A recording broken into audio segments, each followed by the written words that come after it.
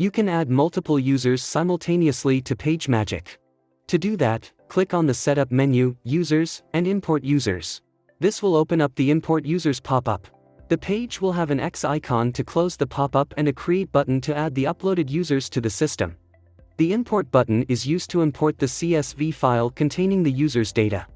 The format of the CSV has to match PageMajik's CSV file template, and a sample template can be downloaded from the Import Users pop-up or from the Create and Manage User title in the Help section.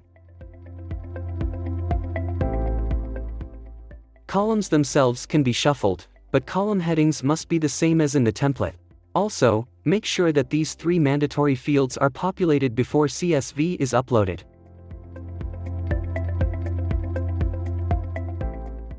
Multiple entries under roles should be separated by a comma character. Date format for the DOB column is DDMMYYYY.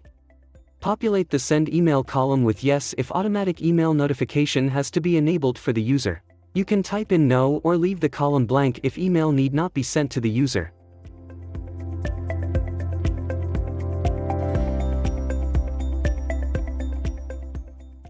When the CSV is ready for import, click the Import button. Browse and select the CSV. Click on Create to confirm.